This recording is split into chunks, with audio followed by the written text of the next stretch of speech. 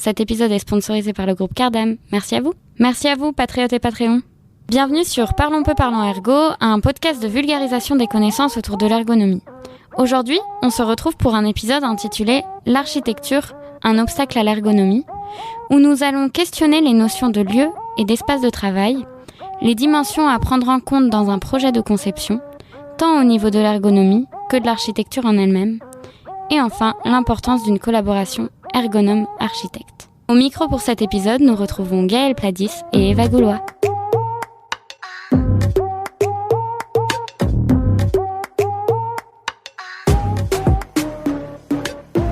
Bonjour Eva. Salut Gaëlle, j'ai entendu une super blague, est-ce que tu veux que je te la raconte ? C'est l'histoire d'une architecte et d'une ergonome qui rentrent dans un espace ergonomique. Ouais, ok, je te l'accorde, elle est pas terrible. Tu sais quoi, oublions ça, on va plutôt introduire nos deux invités pour l'épisode. D'un côté, nous avons Lissy Jouanard, qui est architecte, chargée de recherche et directrice de projet chez Civil Architecture. Il s'agit d'un atelier d'architecture et d'urbanisme. Et de l'autre côté, nous avons Nadia Edad, qui est ergonome, également architecte de formation initiale. Elle travaille au sein d'un cabinet conseil en ergonomie, mais elle a également à son actif de nombreuses publications d'articles sur la conception des espaces pour l'activité. Elle est également responsable du master et du DU d'ergonomie de l'université Paris 1 Panthéon-Sorbonne. Bonjour à vous deux. Bonjour. Bonjour. Nous allons commencer cet épisode en abordant la notion d'espace. Donc l'idée, ça va vraiment être de questionner la façon dont une architecte le définit et dont une ergonome le définit. Donc Nadia, quelle distinction faites-vous aujourd'hui entre la notion de lieu et celle d'espace de travail ? Alors, la notion de lieu est une notion ou un mot qui existe depuis très longtemps. Le mot espace est plus moderne et est arrivé plus tardivement dans l'histoire. Et c'est un mot qui est arrivé notamment avec certaines inventions, notamment de la géométrie, mais aussi après utilisé par des sciences, style les mathématiques, la géographie, mais aussi après, plus tard, dans tout ce qui est artistique, donc les espaces scénographiques, les espaces de la photographie, etc., etc. En fait, ce qui caractérise la différence, c'est que autant le mot lieu est concret et très singulier, relatif à un lieu précis, autant le mot espace induit un basculement vers une forme d'abstraction qui permet effectivement à des disciplines ou à des pratiques ou à des usages de ce mot de s'emparer de ce mot en y mettant autre chose. Et à l'heure actuelle, donc on a dit que vous étiez ergonome mais que vous aviez également une formation en architecture. Lorsque vous êtes amené à travailler sur des projets en ergonomie, que vous apporte ce double regard ? L'avantage, je dirais, serait sur les dimensions professionnelles, c'est-à-dire que c'est un milieu que je connais et je comprends le raisonnement et je comprends les besoins liés à la pratique professionnelle du métier d'architecte. Voilà, donc ça c'est l'apport essentiel. Ensuite, c'est plutôt personnel, mais ça peut aussi être une caractéristique de plusieurs autres métiers, c'est de penser les questions en les spatialisant. C'est propre à l'architecte, c'est certain, mais ça peut aussi se trouver dans d'autres formes de disciplines autres, en fait. Et vous, Lucie, du coup, avec votre regard d'architecte, quelle est la définition donc, que vous faites de ces deux notions, donc d'espace et de lieu de travail, et comment vous les différenciez ? Alors peut-être pour commencer sur la notion d'espace, c'est vraiment le cœur de notre métier. En fait, l'architecte, il est un peu spécialiste du bâti, mais en fait, il n'a pas les compétences, il n'a pas l'expertise sur tout. Les gens ne le savent pas forcément, mais on ne sait pas calculer une structure, on ne connaît pas toutes les normes liées à la sécurité incendie, par exemple. Mais par contre, notre grande force, c'est qu'on a une vision dans l'espace. Et c'est ce qu'introduisait un peu Nadia. Le cœur de notre métier, c'est d'arriver à spatialiser, à voir les choses dans l'espace et d'imaginer des lieux, d'imaginer des espaces. Quand je dis imaginer des espaces, c'est aussi imaginer des volumes. La notion d'espace, pour moi, elle est très liée à l'idée de volume. Et donc, quand on arrive dans une architecture, dans un bâtiment, l'architecte a pensé aux proportions de ce volume, à sa profondeur, à sa hauteur, à la lumière qui arrive à l'intérieur. Donc ça, c'est un peu le seul métier vraiment où on est spécialiste de l'espace. Et on pourrait chercher à définir l'architecte comme ça, même si c'est un peu réducteur, puisqu'au fond, il est le chef d'orchestre de plein d'autres métiers. Et peut-être sur la notion d'espace de travail en particulier, ce qui est intéressant de préciser, c'est que pour la personne un peu extérieure au métier, on imagine que l'architecte, il fait tout de A à Z, il construit pour quelqu'un, et puis il imagine avec une entreprise, par exemple, ses espaces de travail, là où vont se placer chaque bureau, des ateliers, où sont les espaces de stockage. Et en fait, c'est pas la majorité du temps aujourd'hui dans le fonctionnement de l'architecture. Donc nous qui construisons beaucoup, en tout cas c'est notre spécialité de concevoir des espaces de travail qui sont pas forcément des espaces tertiaires comme je le disais. Souvent on les imagine sans connaître les gens qui vont arriver à l'intérieur. Et c'est peut-être quelque chose d'inattendu pour la plupart des gens. Mais on imagine des bâtiments, des sortes de coques dans lesquels vont venir s'installer d'entreprises, mais on ne sait pas encore lesquelles. Et donc ça pose tout un tas de questions dont on va pouvoir discuter dans la suite du podcast. Parfois, on sait qui va être là et parfois non. Est-ce qu'on peut dire que vous façonnez l'activité quand même lorsque vous allez créer votre espace? Et comment est-ce qu'on peut dire que l'architecte va façonner cet espace-là, justement? Alors oui, on a un impact sur l'activité, c'est évident. Donc ça peut être un impact positif. Si on a bien imaginé une belle séquence d'entrée, si on a fait des volumes généreux avec beaucoup de lumière, on va avoir un impact positif sur cet espace de travail et la qualité de travail dans cet espace-là. Et là où il faut qu'on soit vigilant, c'est qu'on ne vienne pas contraindre outre mesure l'activité. Si on imagine des ateliers trop étroits, ça va peut-être être contraignant pour les gens qui fabriquent à l'intérieur. Si on imagine des ateliers trop bas sous plafond, peut-être aussi. Au contraire, si on imagine des bureaux trop profonds, on va se retrouver avec pas de lumière au centre et ça va dégrader la qualité de travail.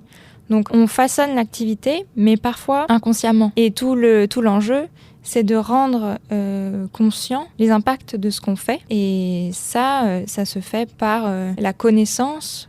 En tout cas, on essaie de connaître au mieux le fonctionnement d'entreprises variées pour essayer de répondre à des besoins potentiels. En tout cas, quand on connaît pas l'activité qui s'y installe. Et c'est beaucoup plus facile quand on sait qui va s'installer à l'intérieur. Parce que là, on peut faire des visites des locaux qui existent déjà, voir quelles problématiques ils rencontrent. On va avoir des retours beaucoup plus précis sur les besoins et ce sera beaucoup plus facile. Nadia, est-ce que tu souhaites compléter ceci ? Alors, pour moi, les architectes sont des spécialistes effectivement du cadre bâti, au sens pas seulement matériel, au sens parce qu'un cadre bâti il peut être aussi immatériel, ça peut être un paysage, ça peut être des différences d'auteur, c'est pas nécessairement des cloisons systématiquement, ça peut être des ouvertures, des pleins, des vides, des choses comme ça. Donc effectivement, la notion de volume est importante, intéressante.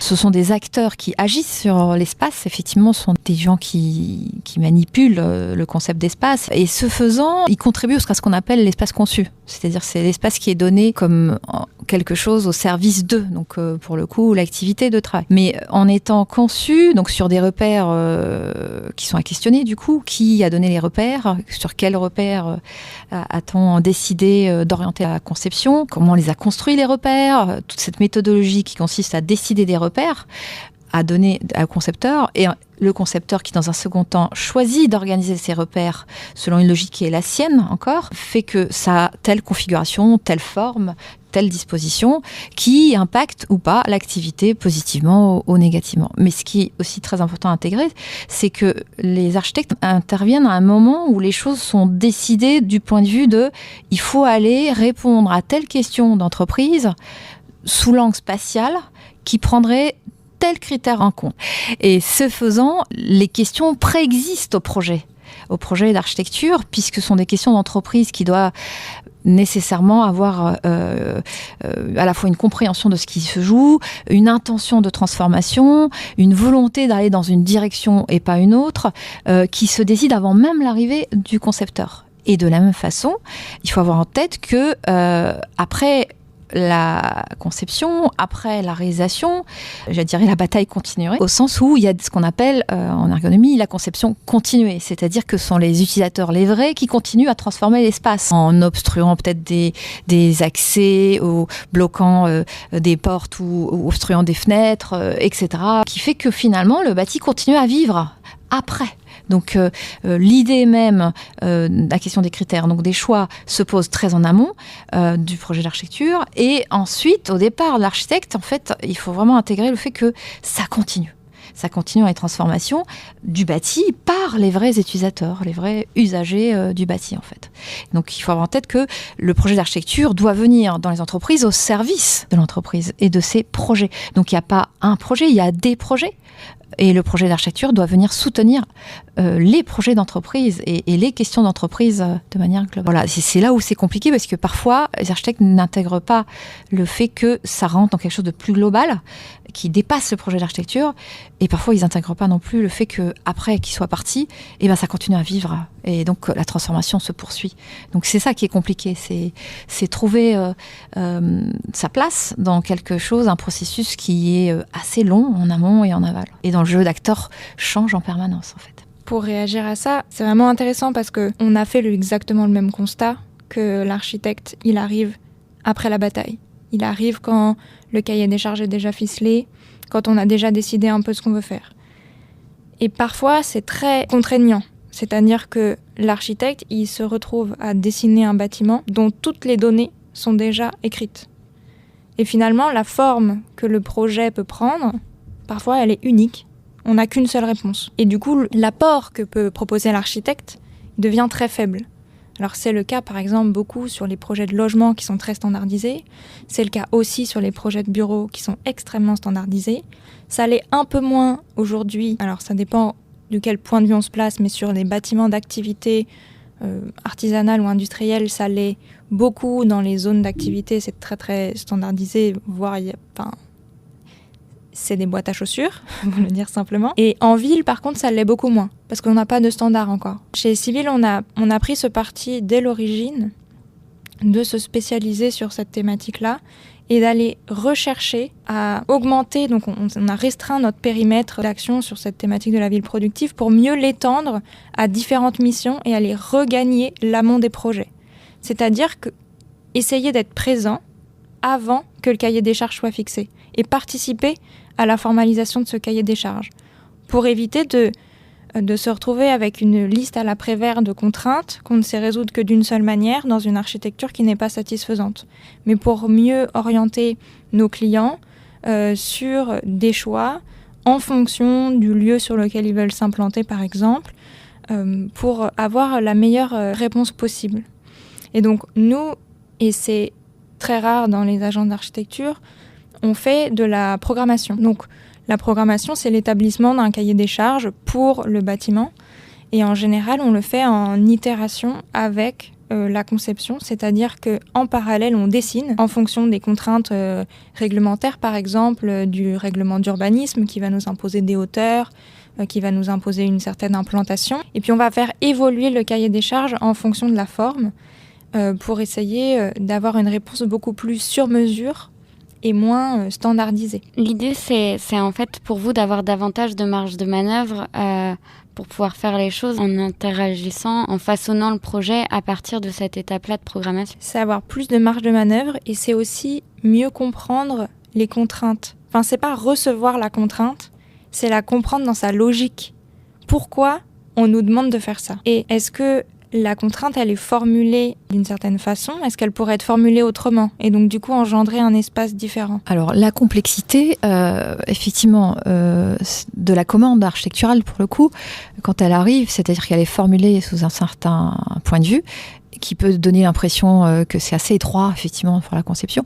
En fait, la question, je pense, elle se pose aussi sous l'angle de ce qui est complexe dans les lieux de travail. C'est que autant le mot espace est polysémique, mais il est aussi multiple, c'est-à-dire qu'il n'y a pas un espace, il y a des espaces. Donc un espace, en fait, c'est l'espace de plein de gens différents, plein de catégories socio-professionnelles différentes. Et les besoins de chacun ne sont pas nécessairement convergents avec les besoins des autres. Dit autrement, un même espace, c'est aussi bien l'espace du directeur général, comme l'espace de la maintenance, comme l'espace de la secrétaire, comme l'espace des mainteneurs, éventuellement, qui doivent maintenir, certaines machines ou certaines spécificités des locaux ou certains agents, collaborateurs qui y travaillent et selon ce qu'ils ont comme activité, ils n'ont pas nécessairement des besoins qui soient les mêmes.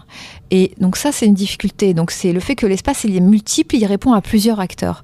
Et les acteurs ont tous des enjeux qui sont pas les mêmes. Donc côté décideur, ce sont des enjeux du style, à quoi va répondre le projet spatial en termes de stratégie, à quel objectif finalement d'entreprise doit-on finalement viser. Voilà. Mais pour ceux qui travaillent, c'est en quoi l'espace est une aide à la production, au travail de production, sachant que le travail de production n'est pas standard et qu'il est propre à chacun des métiers qui sont peut-être logés dans le même espace pourtant. D'où la complexité, c'est-à-dire que il est parfois difficile de faire converger ces besoins et de les inscrire dans un travail de programmation en amont, parce que ça suppose un travail d'abord d'instruction, de mise à plat des besoins, et dans un second temps, un travail d'arbitrage. Un travail donc de discussion, d'échange, et donc un travail à un moment donné effectivement de négociation, de décision collective. Et c'est donc un processus assez long que cela suppose pour arriver à des compromis dans la manière de décider des critères sur lesquels on engage la conception. Et le monde du travail, c'est extrêmement délicat parce que la ligne hiérarchique est plus ou moins longue, parce que les enjeux d'acteurs sont très différents et qu'il y a des jeux d'acteurs réellement, donc l'espace peut avoir aussi un rôle, ça fait partie des batailles internes, donc avoir plus de mètres carrés, avoir plus de capacité à occuper des lieux d'une certaine manière ou autre. Voilà, donc c'est aussi des endroits où se confrontent des logiques de pouvoir aussi. Et cette complexité-là, l'architecte n'est pas outillé pour aborder ça. C'est-à-dire qu'il se trouve en face d'un commanditaire, la lecture qu'il peut avoir de comment se jouent les tensions, comment se joue le rapport des pouvoirs dans l'entreprise, en tant qu'extérieur, c'est compliqué de le comprendre, c'est nécessairement un point de vue interne. Et après, se pose la question de comment finalement accueillir ces points de vue contradictoires et comment on fait. C'est vrai qu'en ergonomie, on fait le pari que le travail, c'est quelque chose qu'on peut mettre en discussion. Et du coup, ça devient quelque chose qu'on partage et à partir de quoi on peut penser les choses. En architecture, c'est complexe parce qu'on reste sur l'espace et on cherche une traduction spatiale à une problématique qui reste à instruire, en fait. C'est-à-dire que le problème, il faut l'instruire. Et il faut d'abord savoir à quel problème l'espace doit répondre. Et pour savoir à quel problème l'espace doit répondre, il faut passer par une démarche intermédiaire qui peut être difficile pour quelqu'un qui vient de l'extérieur et qui va nécessairement les outils de méthode ou conceptuels pour instruire cela ainsi. Et c'est lié au fait que l'entreprise, c'est un monde pas forcément démocratique. C'est-à-dire que chacun a sa place. Certains n'ont pas de parole, n'ont pas de place dans la manière de décider ou de faire des choix. Et ça, c'est une réalité liée au lieu de travail. Donc, ceux qui passent commande des lieux de travail ne sont pas ceux qui y habitent au sens travailler. Donc, on a cette rupture-là qui n'est pas évidente et qui fait que même si les concepteurs voudraient le faire, ils se heurtent parfois finalement à des jeux de pouvoir et à des formes peut-être de domination, en tout cas de subordination. Après, l'architecte ne fait jamais rien tout seul. Et donc là, typiquement, on rencontre un point, et on aura sûrement l'occasion d'y revenir au fil du podcast, mais un point d'intérêt à collaborer entre ergonome et architecte. Après, je voudrais juste repréciser que l'architecte, il est quand même au cœur de luttes de pouvoir tout le temps et au cœur d'intérêts divergents tout le temps. Alors, c'est pas forcément ceux du monde de l'entreprise, mais c'est des batailles politiques, c'est des sujets économiques, c'est des sujets réglementaires, et que l'architecte, c'est aussi sa grande spécialité, d'essayer de faire la synthèse de tout ça dans un projet cohérent.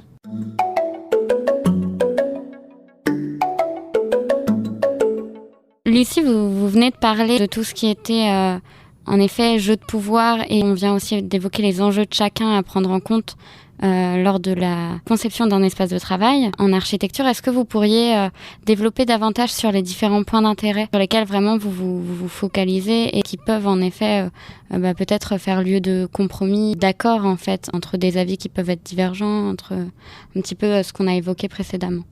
Alors sur la conception spécifiquement des espaces de travail, en tout cas nous dans les bâtiments qu'on est amenés à concevoir, c'est-à-dire des bâtiments pour l'activité industrielle, on a plusieurs enjeux très forts. Alors il faut savoir qu'on travaille beaucoup dans des contextes métropolitains, donc on travaille à Paris, à Bordeaux, voilà, on travaille plutôt dans des grandes villes et on cherche dans ces grandes villes à développer des bâtiments pour l'activité artisanale et industrielle.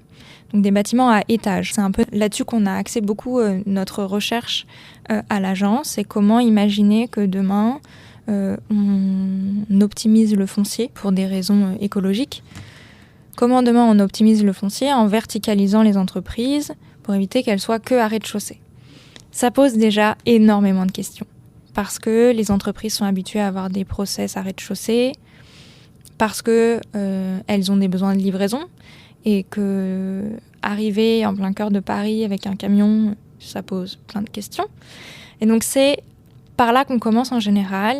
On a ou pas déjà une enveloppe bâtie, c'est-à-dire qu'on va regarder le règlement d'urbanisme, voir ce qu'on peut faire en termes de volumétrie de bâtiments, de gabarit. Et puis on va regarder très très vite comment on peut livrer ce bâtiment. Donc comment le camion peut arriver, quelle manœuvre il fait, comment il peut rentrer sur le site, dans la parcelle et éviter de livrer sur la rue et surtout pas de faire de manœuvres en marche arrière sur la rue pour ne blesser personne parce que ce sont des manœuvres dangereuses. Ensuite, on va regarder comment, depuis cette cour de livraison, on peut faire monter les marchandises dans les étages. On va gabariser par exemple des monts de charge, surtout des monts de charge d'ailleurs, pas par exemple. On met toujours des monts de charge. On en met toujours 2 au cas où il y en a un qui tombe en panne. Et puis ensuite, on va dessiner, alors là je parle du cas générique, du cas le plus global, comment on va dessiner des plateaux, quelle qualité ils vont avoir, comment on va pouvoir les redécouper ou pas. Enfin, en général, ce qu'on cherche à faire, c'est à imaginer des espaces qui sont évolutifs, modulables dans le temps. Et puis aussi pour différentes entreprises. C'est-à-dire que comme on ne sait pas forcément qui va venir là, il faut que si j'ai une entreprise qui veut avoir des bureaux de 50 mètres carrés, elle puisse, des ateliers de 200, elle puisse les avoir, qu'on puisse avoir une circulation garantie avec des issues de secours pour respecter, et ça c'est une autre strate aussi dans les contraintes, les règles de sécurité incendie. On a tout un tas de règles de sécurité à prendre en considération. Il faut aussi dessiner la structure, comment le bâtiment y tient, quelle est la distance entre 2 poteaux. Donc la strate de structure, elle est très importante parce que selon sa dimension, elle permet ou pas l'installation de process industriels. Si elle est trop serrée, ça pose souvent des soucis. On va travailler sur les hauteurs bâties et puis on va mettre tout ça en musique avec des contraintes économiques qui sont très fortes pour les bâtiments d'activité. Et quelles peuvent être les ressources principales que vous allez pouvoir mobiliser justement pour répondre à ces contraintes ? Alors la première qui me vient, c'est l'enquête de terrain. On a à l'agence mis en place une dynamique de recherche, qui n'est pas une dynamique de recherche universitaire, mais une sorte de recherche-action, où on a entrepris un inventaire des bâtiments similaires à ce qu'on construisait. Donc des hôtels industriels, on appelle ça. Il y en a une trentaine dans Paris, qui ont été construits dans les années 80 et qui depuis fonctionnent avec des entreprises à l'intérieur. Et donc, on va les visiter, on fait des relevés, on regarde qu'est-ce qui marche pas. On va demander aux entreprises si elles apprécient d'être là, pourquoi elles apprécient d'être là ou pas. Est-ce que la cour de livraison marche bien ? Qu'est-ce qui se passe quand ils reçoivent des clients ? Est-ce que les circulations sont bien dimensionnées ? Est-ce que les couloirs sont trop larges ou trop étroits ? Est-ce qu'ils ont suffisamment de sanitaires ? Est-ce qu'ils ont suffisamment de vestiaires ? Et on se constitue comme ça un corpus de référence et on part d'un retour d'expérience pour imaginer les bâtiments qu'on nous demande de concevoir. On accompagne aussi beaucoup de nos clients dans des projets que nous, on ne va pas construire, mais on les accompagne pour justement profiler leurs besoins. Donc toute la phase un peu programmation. Dans une démarche de conseil, du coup On fait beaucoup de conseils, mais de conseils spatialisés. Enfin, on fait beaucoup de ce qu'on appelle des études de faisabilité. où on a des gens qui possèdent des terrains, qui veulent faire un projet dessus, mais ils ne savent pas exactement ce qu'ils pourraient faire. Et donc, on les accompagne à définir ce qu'ils pourraient faire en fonction de toutes les contraintes qui existent. Mais la recherche, la création de connaissances et les visites de terrain, c'est aujourd'hui notre principale ressource, avec la connaissance, la mobilisation d'un certain réseau qu'on peut appeler pour demander conseil ou pour visiter quelque chose qu'on n'a pas encore visité et qui est proche de ce qu'on fait, par exemple. Du point de vue de l'ergonomie, la relation à un nouveau projet d'espace, elle est totalement différente, en tout cas, je suppose. Nadia, est-ce que peut-être tu pourrais nous en parler un peu plus et aussi nous préciser, selon toi, à quel moment est-ce que c'est intéressant pour un ergonome d'intervenir dans un projet d'espace d'entreprise? Et du coup, qu'est-ce que ça veut dire un projet d'espace selon le point de vue de l'ergonomie? En fait, ce qui est complexe, c'est qu'effectivement, les spécialistes du cadre bâti, il y en a beaucoup. Et il y a des enjeux liés effectivement au fait qu'il ne faut pas se tromper par rapport à des décisions relatives au foncier, des décisions relatives à une évolution d'entreprise, des choses comme ça, qui justifient totalement le fait que c'est pertinent de raisonner par rapport au bâtiment. Donc ça, c'est quelque chose qui est compréhensible et qui existe d'ailleurs et plus ou moins bien fait, mais globalement, voilà, on sent bien que c'est quelque chose qu'il faut instruire, hein, c'est-à-dire effectivement. Et d'autant plus l'instruire que le bâtiment, sa temporalité n'est pas la temporalité de l'activité. Dit autrement, des bâtiments doivent exister au-delà de l'entreprise. Il est très intéressant de voir qu'avec des bâtiments conçus pour autre chose, on arrive à faire des espaces de travail ou l'inverse, des espaces qui ont été conçus pour travail devenir des logements, ou la capacité de perdurer d'un bâtiment est quelque chose qu'il faut instruire. Et il faut l'avoir en tête et les spécialistes du bâti le considèrent bien. Donc voilà. Donc ça, c'est quelque chose. C'est-à-dire que cette temporalité qui est au-delà du temps de l'entreprise. Maintenant, si on s'intéresse au travail, le focus, il n'est pas sur le bâti. Le focus, il est sur le travail. Et la dimension spatiale n'est qu'une des dimensions. C'est-à-dire que celui qui travaille, il est tout aussi bien partiellement, impacté par les choix techniques de l'organisation, par les choix organisationnels, par les choix managériaux, par les choix technologiques, d'évolution, par les métiers. C'est-à-dire que celui qui travaille, l'espace n'est qu'une des dimensions, c'est qu'un registre. Interviennent des dimensions sociales, des dimensions psychologiques, des dimensions managériales, organisationnelles, techniques, financières, etc. Voilà. Mais pour lui, c'est un tout. C'est un tout. Et si on veut s'intéresser aux questions de travail, il faut s'intéresser aux questions de santé. C'est-à-dire qu'il faut tenir la question de la performance et la question de la préservation de soi. Et donc, travailler, c'est perdurer dans le travail. Et perdurer tout en répondant aux objectifs assignés, c'est-à-dire à la tâche qui est demandée. Donc, répondre aux objectifs assignés, c'est-à-dire soutenir, porter, assurer la production dans les contraintes liées à la production, réglementaire, temporalité, qualité et je ne sais quoi encore, tout en faisant attention à soi, à se ménageant, ça suppose une approche spécifique qui ensuite pose la question de, pour soutenir cette activité de travail des différentes équipes, quel espace faut-il penser ? Donc l'entrée est par l'activité de travail et non pas par le bâti.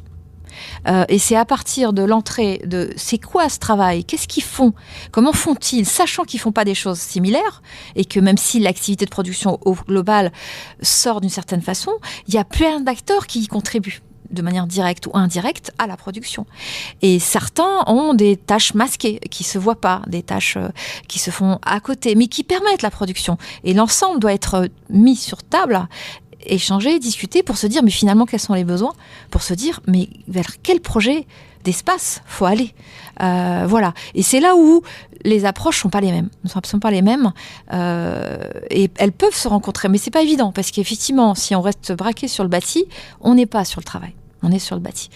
Si on reste braqué sur le travail et à aucun moment on se pose la question de l'espace et notamment l'évolution de l'espace, c'est aussi compliqué. C'est-à-dire que dans les deux cas, il y a des focus à essayer de faire. Mais c'est sûr qu'il est plus facile de partir de l'activité de travail, s'interroger de ce qui fait ressource, de qu'est-ce qui fait frein à l'activité, et partir de cela, se dire mais finalement, quels pourraient être les repères utiles spatiaux, ça peut aider à une discussion avec des acteurs du bâtiment. Et qu'est-ce que ça veut dire du coup du point de vue des temporalités dans un projet d'architecture en particulier ? Alors là, ça induit effectivement une difficulté qui est que la temporalité du projet dans un objectif qui consiste à sortir de terre un bâtiment, braqué donc sur la construction, donc qui vient de la conception, des études en amont de la réalisation du bâti, jusqu'au chantier et ensuite à livraison, c'est pas la temporalité qui coïncide à l'instruction des différents besoins des différents acteurs au sein de l'entreprise. Ce qui veut dire qu'il y a une forme de décorrélation des temporalités à essayer d'assurer. Si l'intervention en ergonomie est totalement calée sur la conduite de projet du bâti, c'est extrêmement difficile parce que les temporalités sont très courtes. Et ces temporalités sont d'abord pensées pour faire sortir de terre un bâtiment. Et pas du tout pour faire sortir les questions qui posent difficulté dans le travail au sens générique, pour ensuite se dire mais quelles sont les questions qui pourraient du coup se traduire ou auxquelles on pourrait répondre par l'espace. Donc ça suppose un temps autonome, un temps à côté de respiration pour pouvoir creuser ces questions-là, pour ensuite être au rendez-vous par rapport à la conduite de projet architectural. Et d'où la complexité du montage, du jeu d'acteurs. Est-ce qu'ils sont ouverts à cela ? Est-ce que la maîtrise d'ouvrage est prête à prendre peut-être le risque d'un petit retard ? Et donc le lien maîtrise d'ouvrage, maîtrise d'œuvre, comment on joue cela ? Et les ergonomes doivent être conscients que voilà, ça suppose effectivement une structure de projet qui arrive à intégrer ces temps de respiration pour faire mûrir des questions, pour les arbitrer et ensuite pouvoir avoir une réflexion sereine de vers quel cadre spatial aller. Et en face, il y a effectivement des interprétations de ces besoins-là en cadre bâti et dans une durée au-delà du cadre temporel de l'entreprise, dans une visée urbaine, dans une visée long terme du bâti, etc. Et se rajoute à cela aussi des approches financières par le foncier, parce que voilà, c'est la question qui revient aussi, c'est ça, c'est un engagement, est-ce que ça vaut la peine ? Voilà, la question de la verticalité se pose tout simplement parce qu'on est dans l'urbain. Si on serait dans des endroits où il serait moins tendu, la question ne se posait pas de manière aussi tendue de toutes les manières. Donc après, effectivement, il faut limiter la propagation du bâti dans les champs, c'est certain. Mais c'est moins tendu qu'en ville où on n'a vraiment pas le choix, qu'il faut construire en hauteur. Et du coup, il y a des choix à porter. Mais si on fait ces choix uniquement du point de vue du bâti, essentiellement avec une approche assez qui survole les activités de travail de chacun, c'est sûr qu'il y a des erreurs de conception qui sont évidentes. Donc, et la question, c'est comment on aide les concepteurs à faire le moins d'erreurs possible dans les choix à apporter et donc dans les coupures à créer dans des systèmes qui, eux, sont continus. Donc, comment on peut imaginer la continuité des productions, des formes d'activité de travail de chacun dans un système qui coupe en hauteur. Donc, c'est là la question qui doit être traitée. Du coup, en entreprise, d'abord, et ensuite avec un concepteur. Sur la question de la temporalité, c'est doublement vrai que le temps de l'entreprise n'est pas celui de l'architecture. Alors, à la fois, d'un point de vue de l'ergonomie, le temps de l'architecture est trop court, mais du point de vue du développement d'une entreprise, par exemple, le temps de l'architecture est trop long. Une entreprise qui se développe, elle a des besoins pour dans 6 mois. Mais on ne sait pas faire des études et faire un chantier pour dans 6 mois. Donc en réalité, pour répondre à ces besoins-là, il faut que le bâtiment il soit déjà en projet avant même que l'entreprise elle ait des besoins. C'est une vraie question. Donc à ce moment-là, l'approche qui est développée aujourd'hui, c'est de développer des bâtiments en blanc, donc sans savoir qui va les habiter, et puis on les livre, ce qu'on appelle coque brute, c'est-à-dire qu'on les livre avec sans sol. Enfin, il y a un sol, un plafond, des murs, mais après, il faut mettre un revêtement de sol, il faut aménager l'intérieur, etc. Et c'est à ce moment-là, peut-être dans l'aménagement intérieur, qu'on peut faire quelque chose qui sort beaucoup plus du standard pour être dans une approche sur mesure. Pour autant, l'architecte n'est pas toujours associé à ce moment-là d'aménagement des bureaux. Ou quand je dis bureau, je parle de l'espace de travail de manière générale, c'est un abus de langage, mais l'architecte n'est pas toujours associé, même s'il a construit le bâtiment, à ce moment d'aménagement. Et donc, il n'est pas en contact, effectivement, avec l'activité de travail. Il reste très, très éloigné. Ou alors, l'autre possibilité, mais alors là, il faut un alignement de planètes incroyable, c'est-à-dire qu'il faut que l'entreprise elle ait mis en place un travail d'ergonomie très en amont, qu'ensuite elle ait un besoin pour faire un bâtiment. Mais elle n'est pas en développement parce qu'en fait, il faut qu'elle ait le même nombre d'employés dans 3 ans pour qu'on puisse ensuite faire une programmation de bâtiment et construire le bâtiment pour cette entreprise. Donc on est dans des temporalités très compliquées et dans des opportunités parfois infimes. Et qui empêche du coup peut-être parfois d'anticiper cette activité future. Lucie, est-ce que tu pourrais juste préciser ce que ça veut dire ? Est-ce que à l'intérieur, il y a quand même déjà des cloisons ou est-ce que c'est vraiment juste l'extérieur ? Parce que même déjà avec l'extérieur, mais en plus il y a des cloisons à l'intérieur, il y a déjà des choses qui se seront décidées. Et donc même au-delà de l'aménagement, il y a déjà des contraintes qui peuvent poser question justement pour les futures activités. Alors Coq Brut, en fait c'est un bâtiment qui est fini. Donc on a des façades, on a tous les espaces communs sont construits et aménagés quand c'est un bâtiment avec plusieurs entreprises. Donc il y a des sanitaires, il y a des escaliers, il y a les ascenseurs, il y a une cantine. Et par contre, les plateaux sont vendus nus. Donc ils sont vides, il n'y a pas de cloison. Et c'est un espace libre d'appropriation pour l'entreprise qui va du coup dans, en général, ce rectangle, pouvoir imaginer ses locaux. Donc où est-ce qu'ils veulent mettre des bureaux, selon la capacité de portance, de plancher, de hauteur, mettre des ateliers, quelle nature d'atelier, où est-ce qu'ils vont placer telle ou telle machine. Et donc dans le bâtiment, il y a aussi déjà des attentes électriques, des systèmes de ventilation qui sont normalement prévus pour répondre aux besoins de l'activité. Je dis normalement prévus, c'est-à-dire que une entreprise qui aurait une machine qui fait 10 tonnes, on ne sait pas trop où la mettre. Par contre, si elle fait 2 tonnes, si on a un plancher qui porte 500 kg par mètre carré, on peut rajouter une dalle de répartition et la porter. Mais après, effectivement, il y a des entreprises dont les besoins vont être hyper spécifiques. Ce matin, j'étais en visite d'une entreprise qui fabrique, c'est une start-up industrielle qui fabrique des micro-lanceurs pour aller dans l'espace. Et demain, ils veulent construire des fusées avec des étages de 9 mètres. Ça, dans un bâtiment standard, c'est compliqué. Et donc là, on a l'opportunité, c'est hyper rare, de discuter avec eux de leur futur bâtiment. Mais en fait, on ne discute même pas avec les usagers parce qu'ils sont en plein développement. Aujourd'hui, ils sont 25. Dans 2 ans, ils sont 100. Donc, on peut interviewer les 25, mais en fait, il nous manque 80% de l'effectif avec des métiers qui n'existent pas parce qu'aujourd'hui, ils délèguent la fabrication de certaines parties à d'autres industriels et puis demain, ils veulent internaliser ces compétences. C'est des compétences qu'ils n'ont même pas. Donc, même en connaissant l'entreprise, parfois, on ne sait pas quels vont être leurs besoins. Et donc, tout le rôle de l'architecte, c'est de concevoir des espaces qui vont avoir le moins de contraintes possible.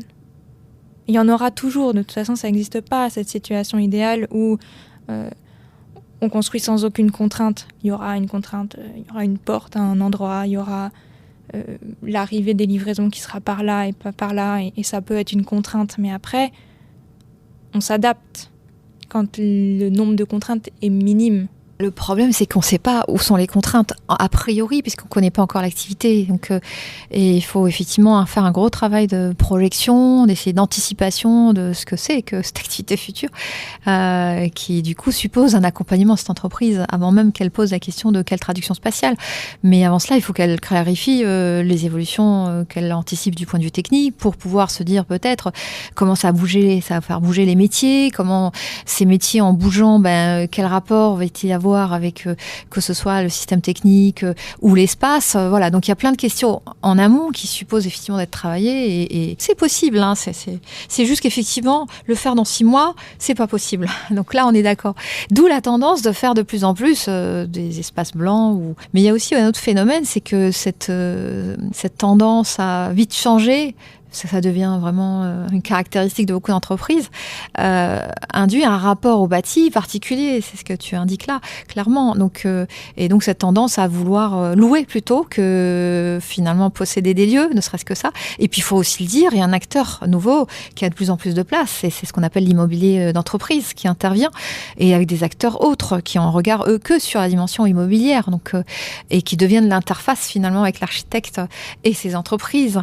Donc ça, c'est encore une complexité supplémentaire qui éloigne encore plus le concepteur des vrais utilisateurs, puisque cet intermédiaire, lui, son souci, c'est faire en sorte que son bâti tourne le maximum, le plus longtemps possible, et pouvoir faire tourner les loyers à ce moment-là, quoi. Et l'entreprise, ce qu'elle cherche, c'est justement de pouvoir changer, si le bâti ne convient pas, de bâtiment et aller ailleurs, en fait. Donc il y a cette réalité-là qui complexifie encore davantage les choses aujourd'hui. Ouais. C'est encore plus compliqué quand on est face à de la promotion immobilière. Donc la promotion immobilière, c'est le promoteur, c'est celui qui va acheter un terrain, construire un bâtiment pour le revendre. Il ne va pas le garder pour lui. Donc là, on est totalement détaché des entreprises. On ne sait pas du tout qui va aller à l'intérieur. C'est encore différent que l'acteur qui va louer le bâtiment.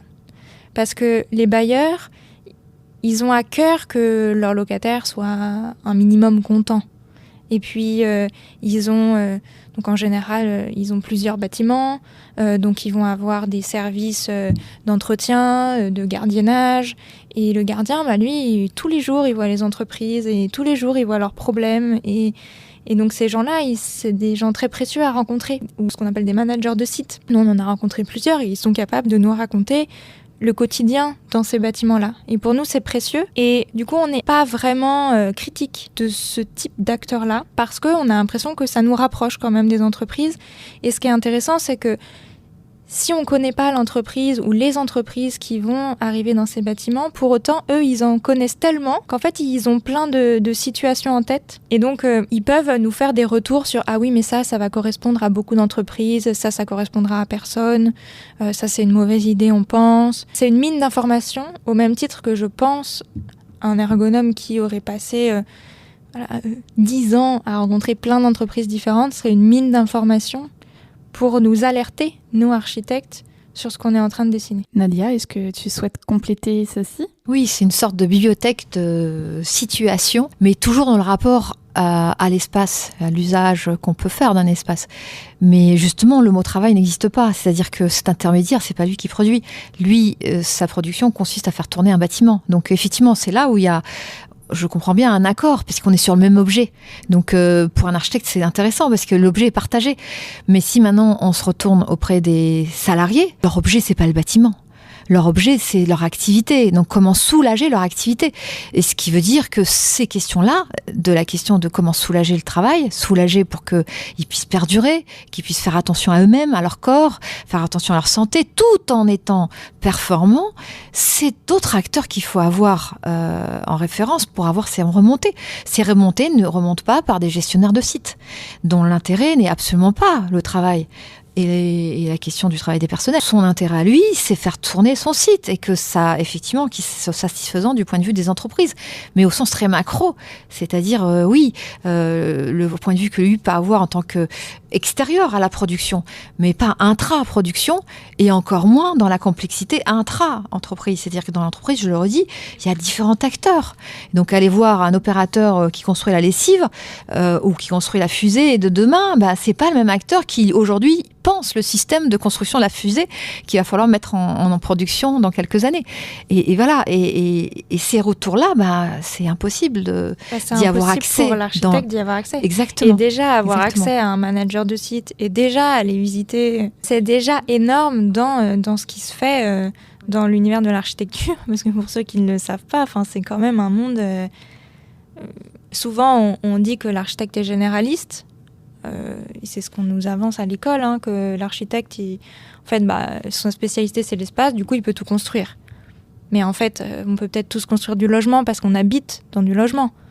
Et encore, on n'a pas tous les mêmes modes de vie. Mais prétendre pouvoir construire bien une école, aussi bien qu'un gymnase, aussi bien qu'un hôpital, aussi bien qu'un bâtiment industriel, faut avoir une très très longue carrière, hein, parce que pour rentrer dans le détail des usages, ça prend du temps, et c'est pour ça qu'on a choisi aussi de se tourner vers un sujet précis.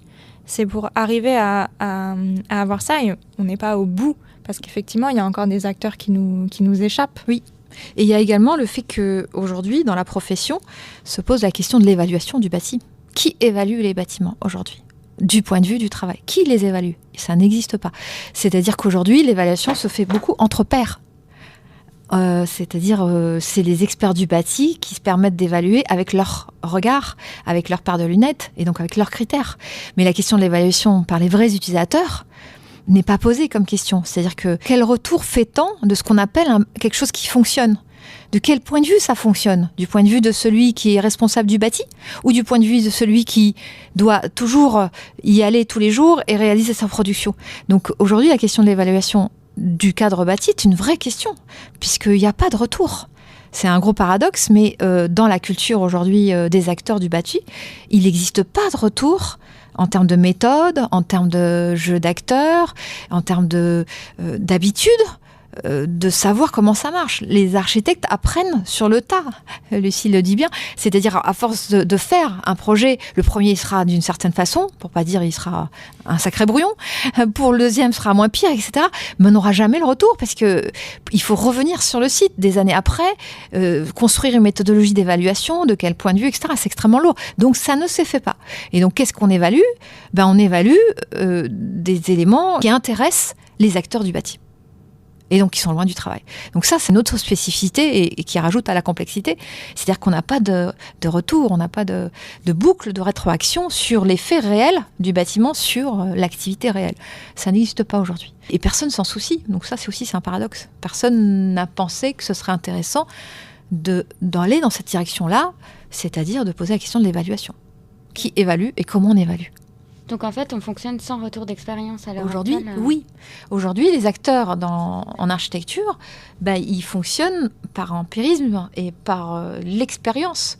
Ce qui veut dire que s'ils ont fait un mauvais bâtiment la première fois, ils risquent de le reproduire beaucoup de fois, puisque le retour ne revient pas. Donc c'est une interrogation.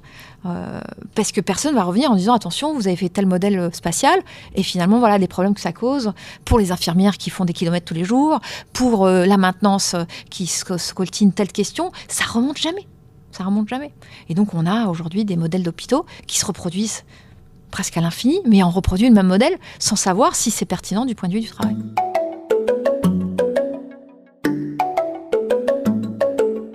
Pour conclure cet épisode, la dernière chose qu'on voulait aborder ensemble, c'était justement cette collaboration qu'il peut y avoir entre les architectes et les ergonomes. On a parlé de temporalité, on a parlé de modalités de collaboration. Peut-être d'abord, Nadia, concrètement, qu'est-ce que peut faire un ergonome pour aider un architecte dans un projet de conception d'espace ? Je pense que ça va être dépendant du jeu d'acteurs et de la volonté des acteurs de vouloir y aller. Donc d'abord côté maîtrise d'ouvrage, parce que si les acteurs de la maîtrise d'ouvrage sont pas ouverts à ce genre de choses, l'ergonome aura beaucoup de mal à faire avancer les choses, uniquement du côté de la maîtrise d'œuvre.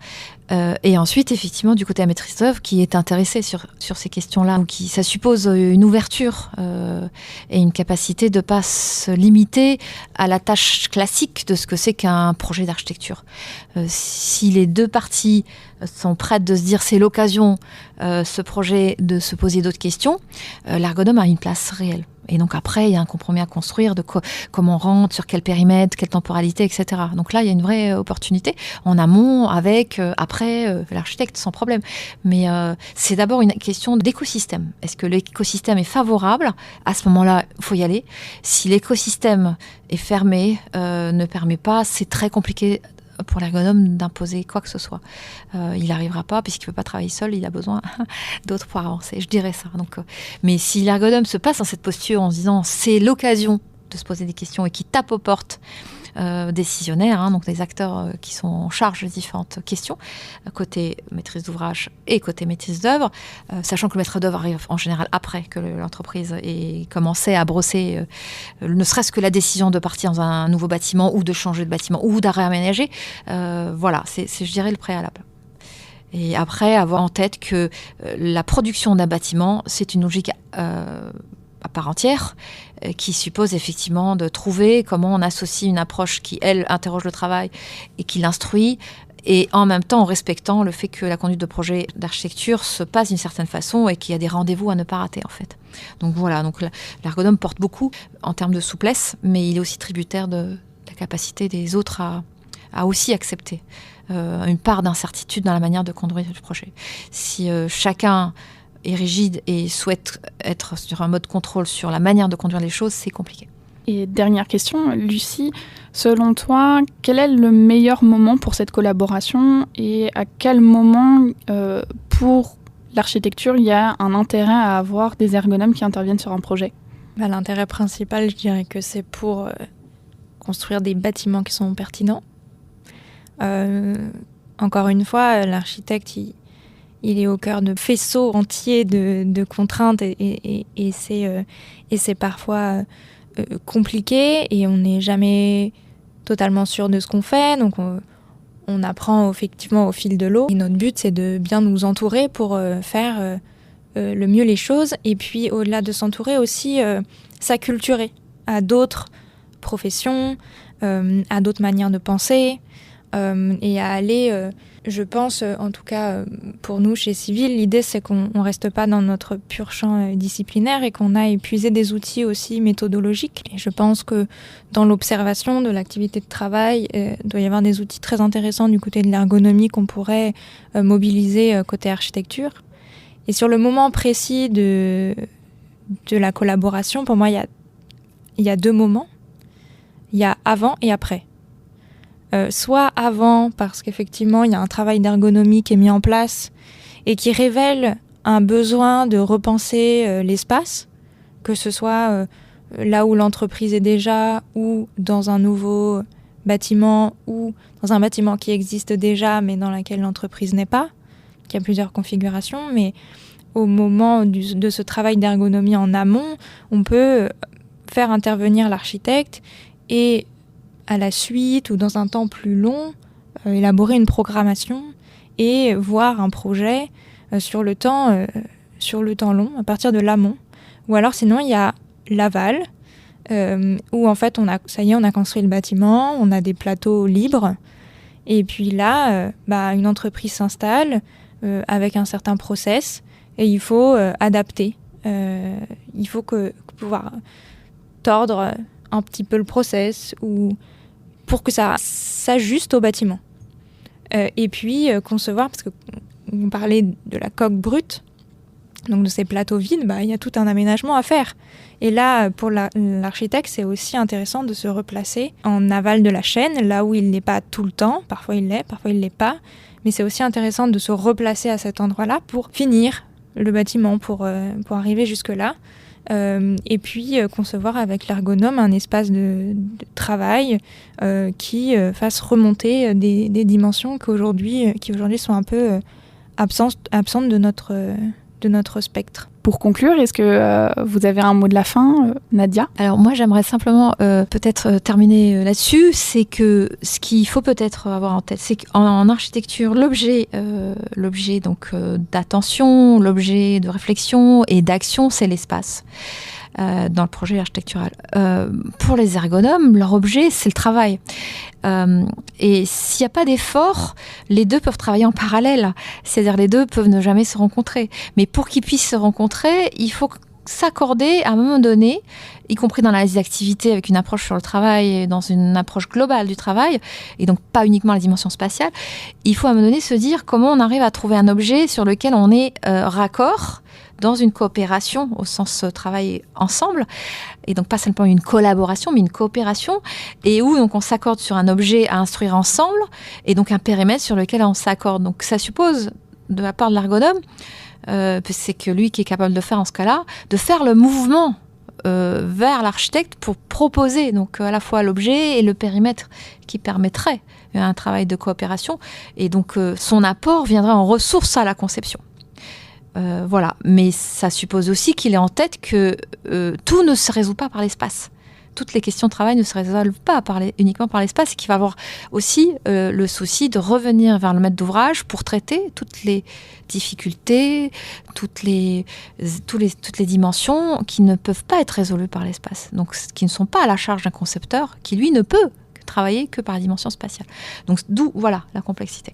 Donc il y a une souplesse et puis il y a une capacité à mettre les conditions d'une coopération et puis savoir à qui s'adresser. C'est-à-dire taper sur la tête d'un maître d'œuvre n'a aucun sens si on regarde le cahier des charges, le programme, ou si on ne s'accorde pas et qu'on ne fasse pas cet effort de s'intéresser à la manière de conduite de projet, intègre des contraintes temporelles, réglementaires ou autres aux concepteurs. Donc, pour moi, beaucoup doit arriver de la part de l'ergonome dans sa méthodologie de construction d'intervention. Et en face, il faut qu'il trouve quelqu'un d'ouvert pour que ça marche.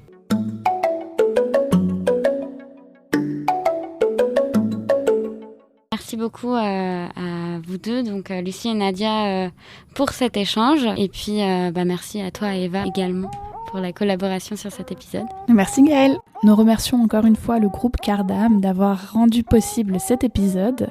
Nous remercions aussi toutes les personnes qui nous soutiennent sur Patreon. Et si toi aussi tu as envie de devenir un patriote, tu peux retrouver le lien dans la description. Tu retrouveras également les liens vers nos réseaux sociaux, LinkedIn et Instagram. N'hésite pas à aller t'abonner. Tu peux également t'abonner sur la plateforme de diffusion avec laquelle tu nous écoutes, là, maintenant, tout de suite. Comme ça, tu seras sûr de ne rien louper et on se retrouve le mois prochain pour un nouvel épisode. À bientôt!